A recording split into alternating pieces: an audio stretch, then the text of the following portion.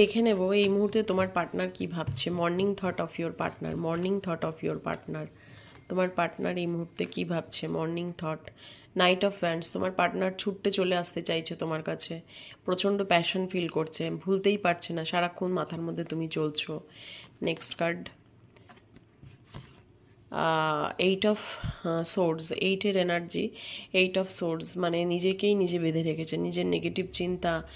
ওর হয়তো কোনো বন্ধনই নেই, দেখো সোর্সগুলো কিন্তু ওর সামনেও নেই, পিছনে দাঁড় করানো, তাও কিন্তু মুভমেন্ট নিতে পারছে না, যেহেতু নিজের চোখ নিজেই বেঁধে রেখেছে।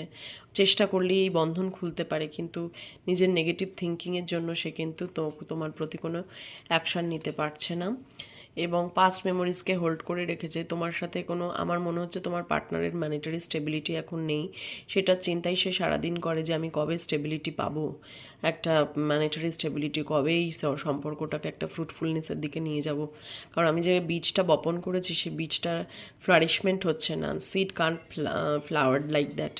তো সেটা মনে করছে কবে সে এই সিচুয়েশানটা থেকে বেরোবে। নেক্সট একটা মেসেজ দেখে নেব, দ্য ওয়ার্ল্ডের এনার্জি। নতুন বিগিনিং কিন্তু হবেই এবং সে চাইছেও তোমার সাথে নিউ বিগিনিং।